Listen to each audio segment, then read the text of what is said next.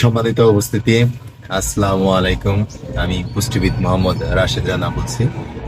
তো আজকে আমরা শিশুদের ইমিউনিটি শক্তি বাড়াতে আমাদের করণীয় কি সে সম্বন্ধে একটু আলোচনা করি। সর্বপ্রথম হচ্ছে, ইমিউনিটি শক্তি বাড়াতে লাগবে আছে পুষ্টিকর খাবার। খাবারের কোনো বিকল্প নাই, কোনো ওষুধ দিয়ে আপনি ইমিউনিটি শক্তি বৃদ্ধি করতে পারবেন না যদি আপনি পর্যাপ্ত পুষ্টিকর খাবার দিতে না পারেন শিশুকে। এরপর লাগবে পর্যাপ্ত ঘুম। শিশুকে অবশ্যই দৈনিক 8 থেকে 10 ঘন্টা ঘুমানোর সুযোগ করে দিতে হবে।